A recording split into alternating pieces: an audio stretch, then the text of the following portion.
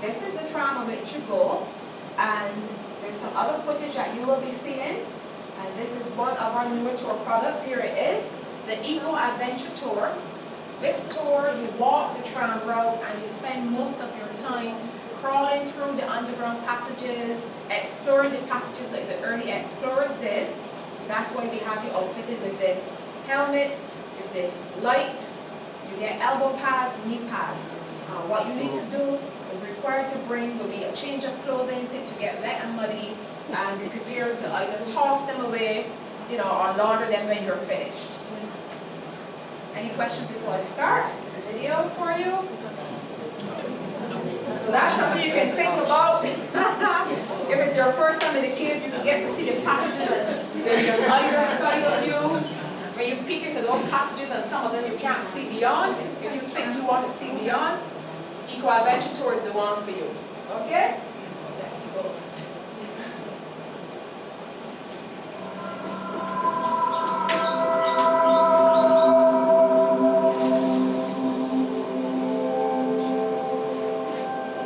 Welcome to Harrison's Cave. In just a few minutes, you will be witnessing one of nature's most beautiful works of art. But first, let's go way back in time and see just how beautiful Barbados was born and how the miracle of caves came about.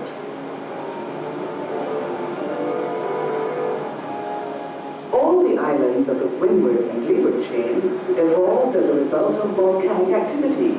All, that is, except one. The one that stands alone to the east of all the islands is our island, Barbados.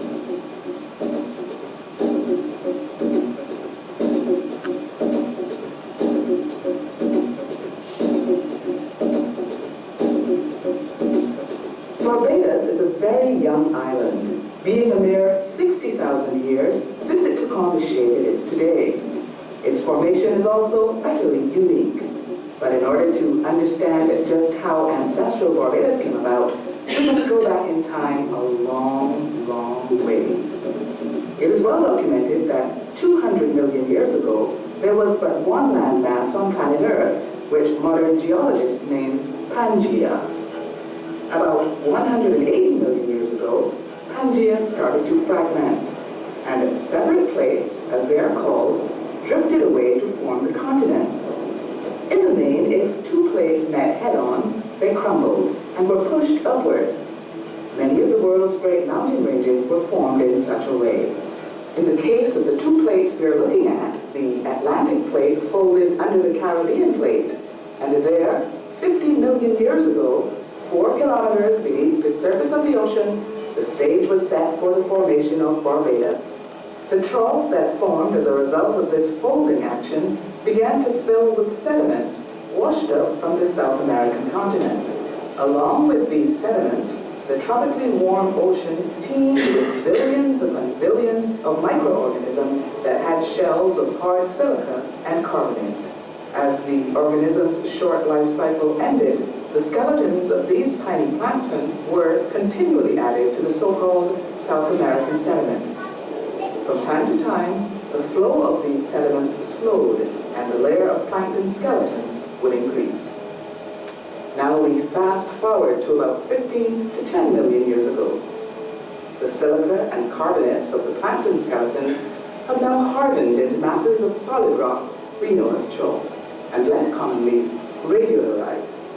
It could be said that these rocks are huge graveyards of microorganisms, and therefore referred to as biogenic rocks. By about 10 million years ago, the two colliding plates had moved so much that the ocean floor itself began to buckle upwards, carrying the ridge of oceanic sediments closer and closer to the surface. This entire ridge emerged, and even today stretches from Puerto Rico in the north to Trinidad in the south. Finally, between 1 and 2 million years ago, a mere blink of an eye in geological terms, the seabed broke the surface at latitude 13 degrees north and 59 degrees west. And ancestral Barbados was born. It was, in fact, the area known today as the Scotland District.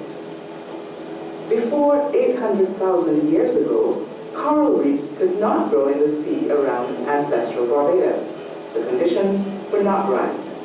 They needed clear, nutrient-rich water, which did not exist at that time. But then, over a period of about 200,000 years, conditions for reef formation became ideal. Prolific coral growth took place in the relatively shallow waters that surrounded ancestral Barbados. At around 500,000 years ago, a massive tectonic push lifted the entire island along with the submerged coral reef terrace. The result was that this terrace was now entirely above sea level and became the first and upper coral terrace. Another outcome of this tectonic uplift was that an abundant fresh coral growth began in the new shallow waters created around the west and south coasts. At about the same time, erosion started to take place on the east coast, exposing the intriguing folds of the oceanic sediments that remain to this day. The sheer rock face of Hackleton's Cliff was also formed during this period. Further geological developments were that the heavy tropical rains started to carve gullies and erode subterranean caves.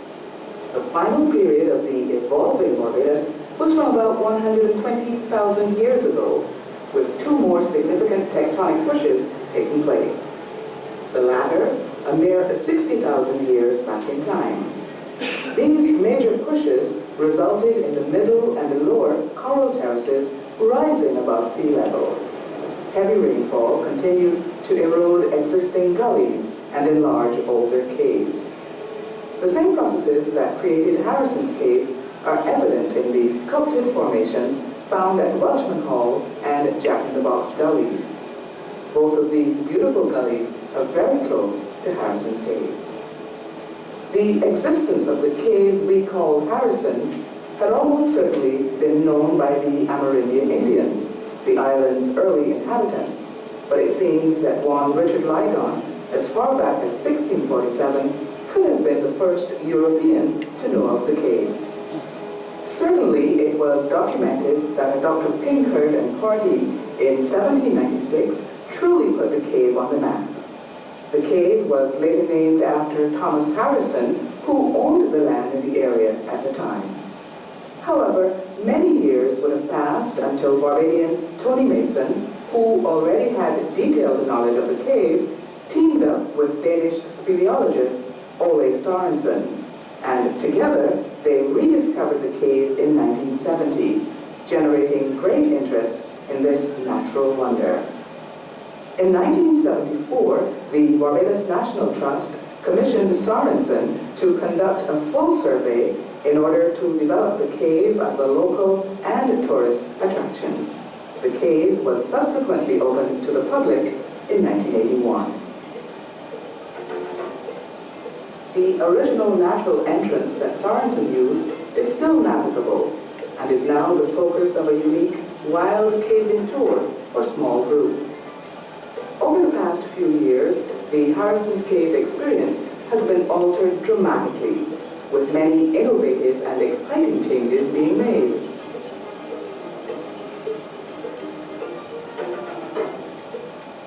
There is no mystery as to how the beautiful karst formations you are about to see came about. Calcium-saturated water dripping from the roof slowly deposits minerals in the form of a stalactite.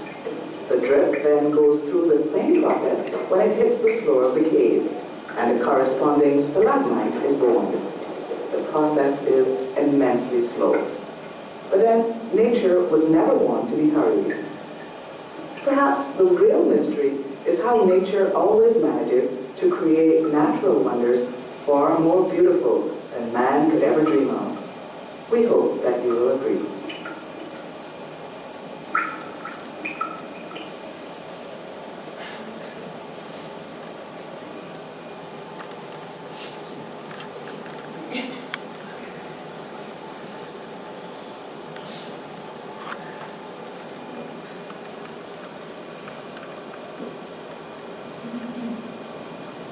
On the right track.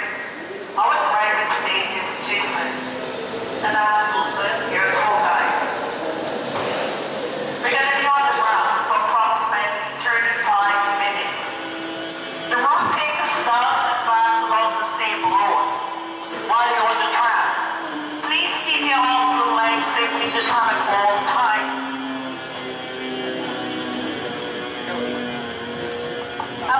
Please do not reach out and touch the cave formation. Only a tiny drop of oil from our hand may destroy the growth. At the points in the cave, you'll be able to get off the tram and walk around. The ventilation in the cave is all natural. Our deepest point going to be 160 feet below the surface. But it's still going to be above sea level. From time to time, you're going to feel some drips of water. These are called cave showers. It is all related, not going to harm you, but please protect your camera. This is not the original entrance to the cave. You're going to see the original entrance further in the cave. This was named after Mr. Noel Noyce. He was the first member to break through the bedrocks and into the cave passage.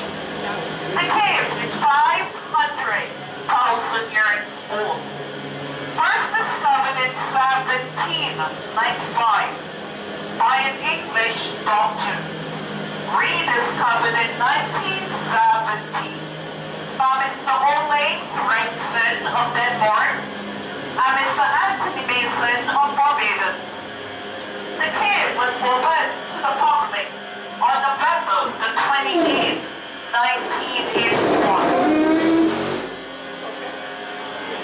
Then our first point of interest, the Great Hall. The Great Hall is divided into two sections by the trail. It has an upper level and lower level. It's about 150 feet wide, 100 feet high. The pointed formation spread from the ceiling. Those are called stalactites, and those from the ground are called stalagmites. Whatever you miss on the way down, you get it on the return.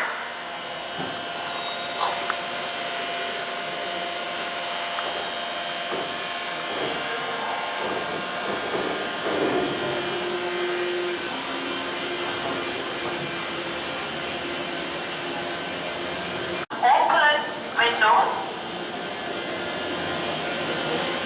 Left. You're right. Can you see what he's doing? Can you see it? This one. This is the open window. Tingnan mo lubos.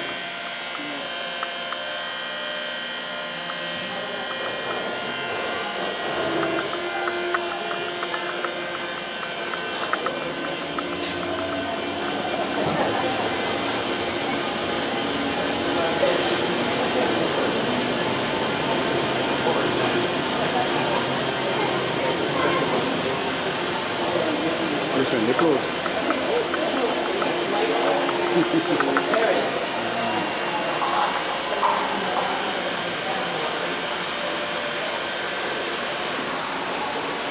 There are two underground streets in the cave. This is one of the first underground streets. And this one is coming from the electrical hall gully, just 1 kilometer away from the cave. At this point, we are following the one on the street. All right.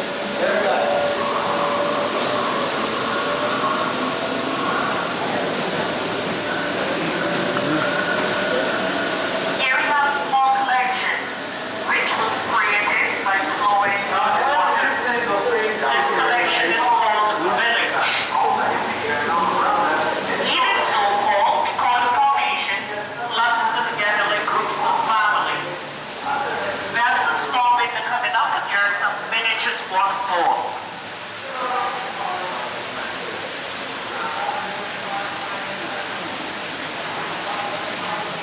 The water that you see it is all fresh drinking water that comes from underground spring. Some of the water goes to the domestic and the rest end up in the ocean. You want to touch the water. You can do so when it is born from the trap. We have a small window and here are some miniature waterfalls.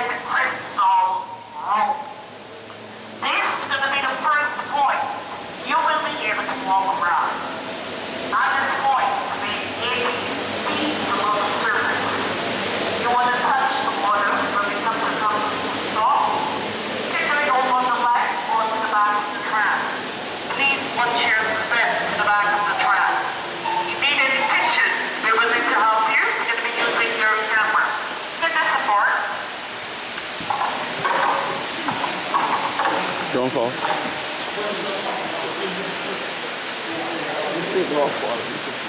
Right. Easy does it.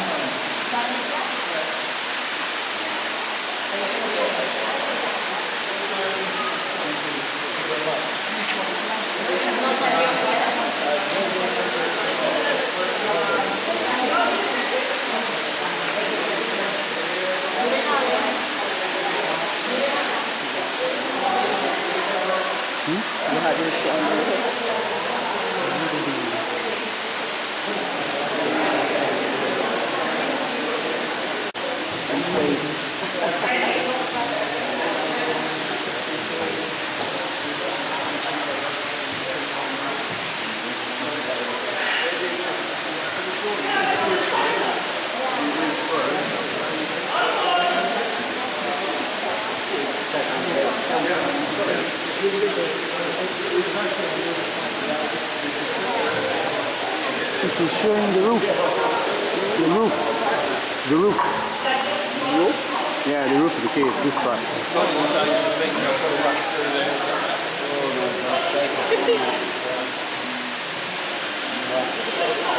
The original entrance to the cave. Sure, don't fall. We're going to be passing by the village. So now we are following the water down the street. And that's going to lead us to the deepest point.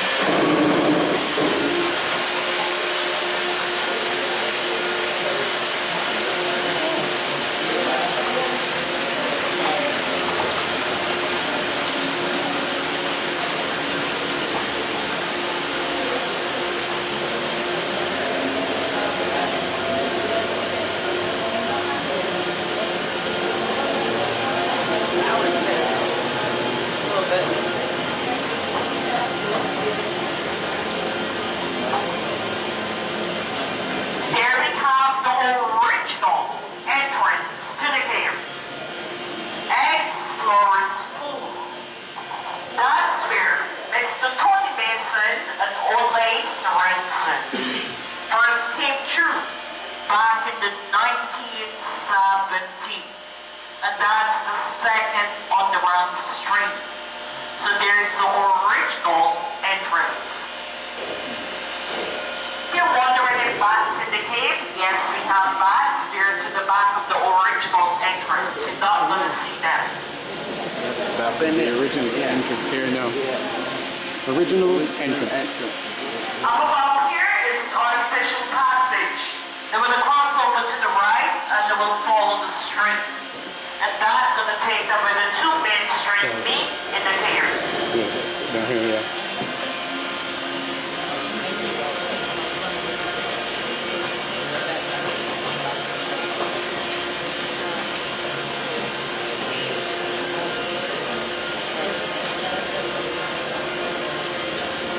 Yeah, when I'm on the one in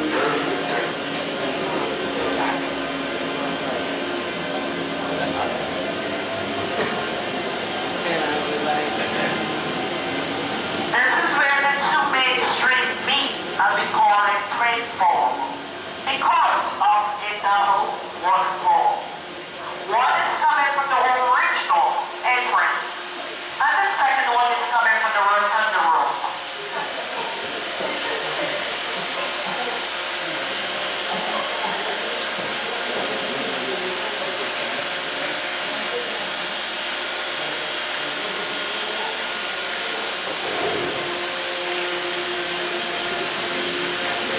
Then you turn your head up to the ceiling. We have some daily formation. We call them soda straws. They're very hollow on the inside and the water is just seeping through them.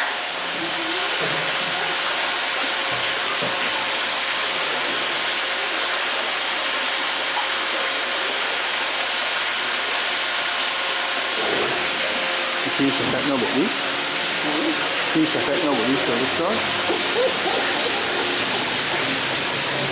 When the launches came up the clear, the lower level of the green fall. We were on the upper level. The green fall is said to resemble a great tea drop. With now 120 feet below the surface.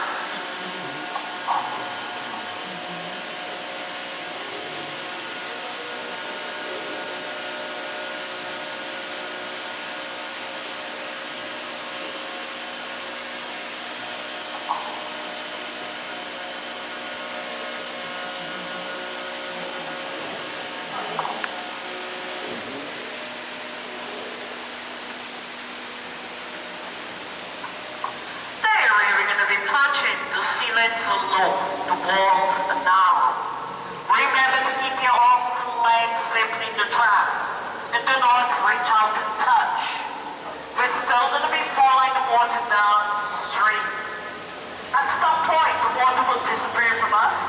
We're going to be under the road bed.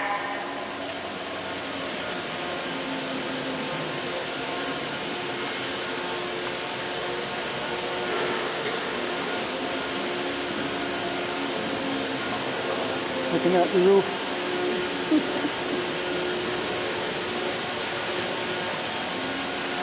At this point, we anticipated one of the traffic later area.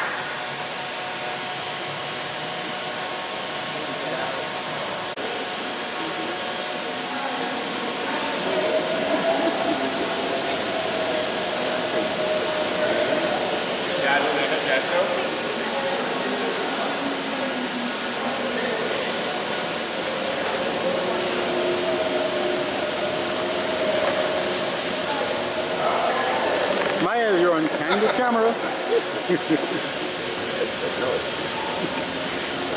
point, now the water going to disappear from us, but it's going to be under the road bed.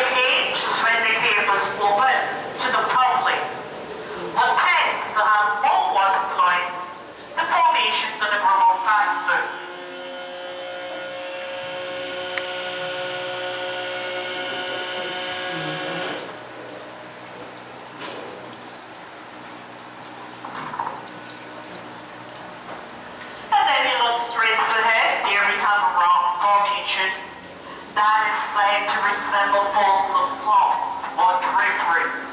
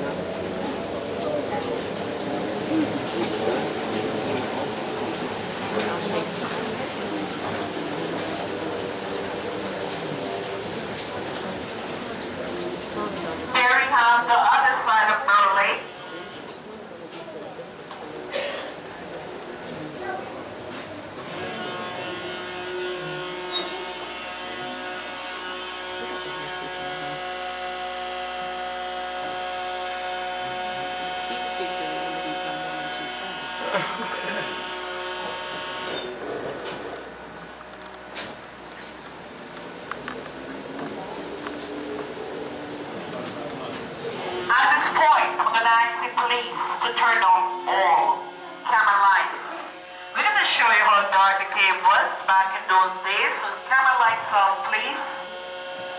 Camera lights.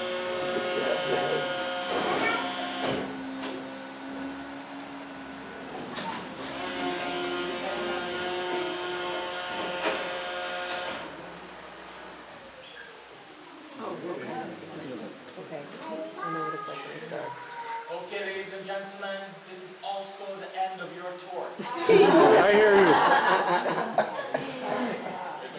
Maybe not leaving. Not funny. I could drive, you know.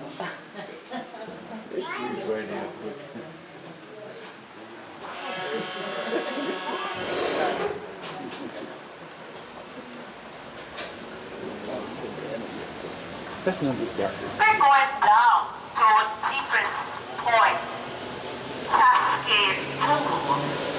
At Cascade Pool, there's a waterfall plunging into a pool 9 feet deep. The pool is said to have a If you're having trouble getting a place to sit down here, turn off your flash.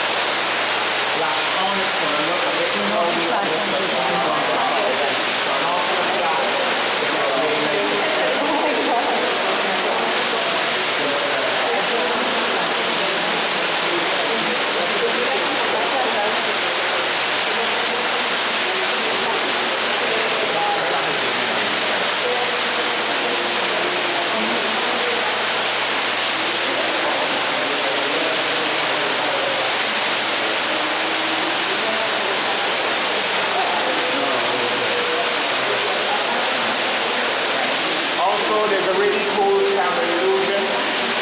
put your camera right around in the area here, you're going to see a face in the wall looking back at you only in the camera.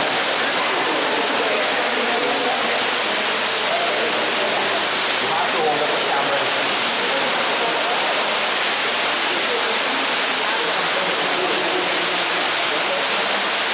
So very nice picture without the flash. Yeah, accuracy. How you can do it over there?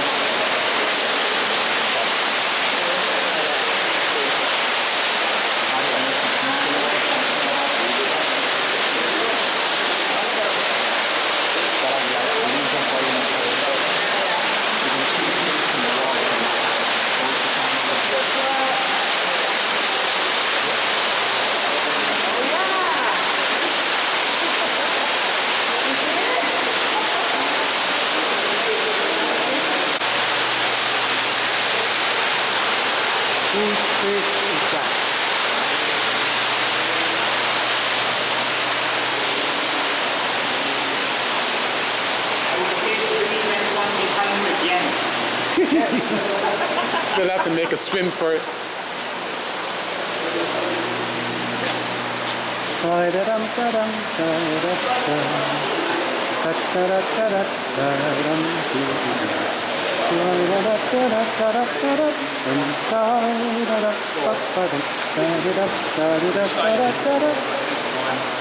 Right, okay.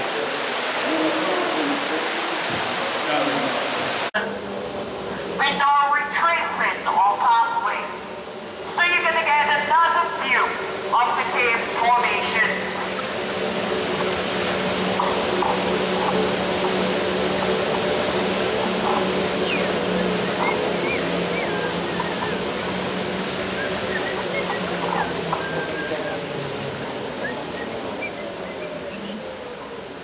We're passing by Mirror Lake.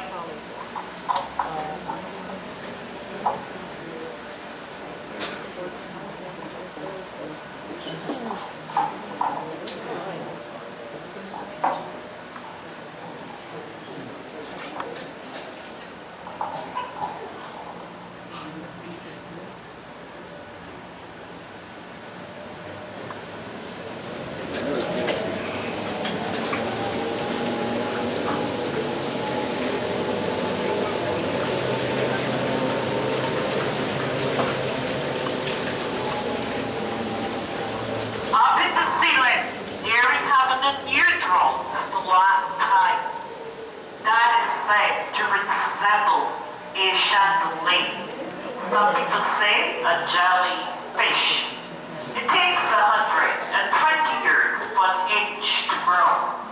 When they join together, we call it a column.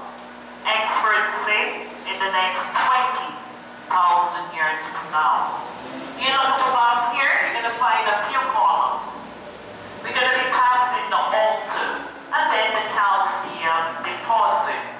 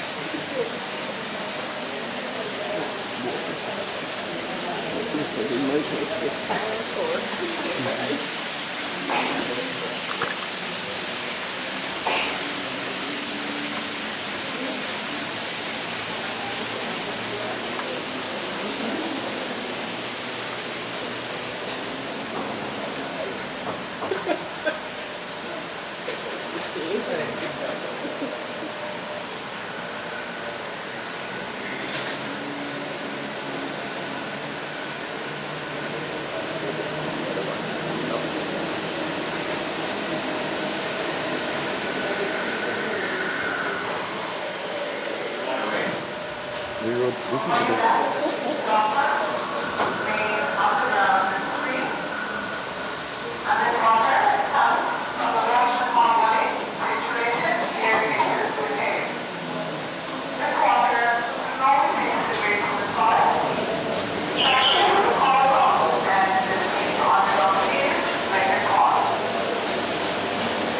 The rounded satellite formations cluster closely together, like groups of people or families standing in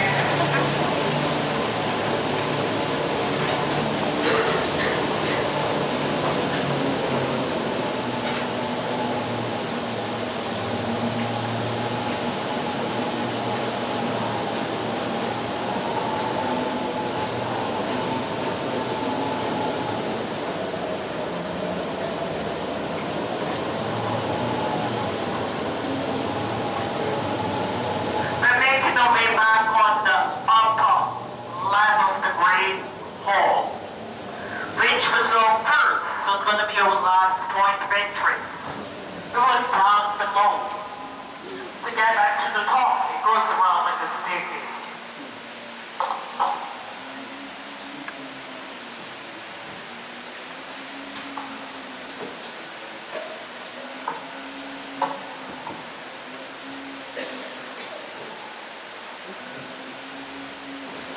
Oh, okay, all right, Sean. All right there, buddy.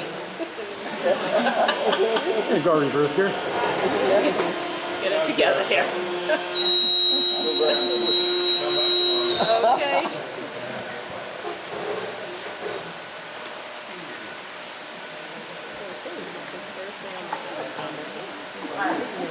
The cave was named after Mr. Thomas Harrison, who once owned the land where the original entrance located.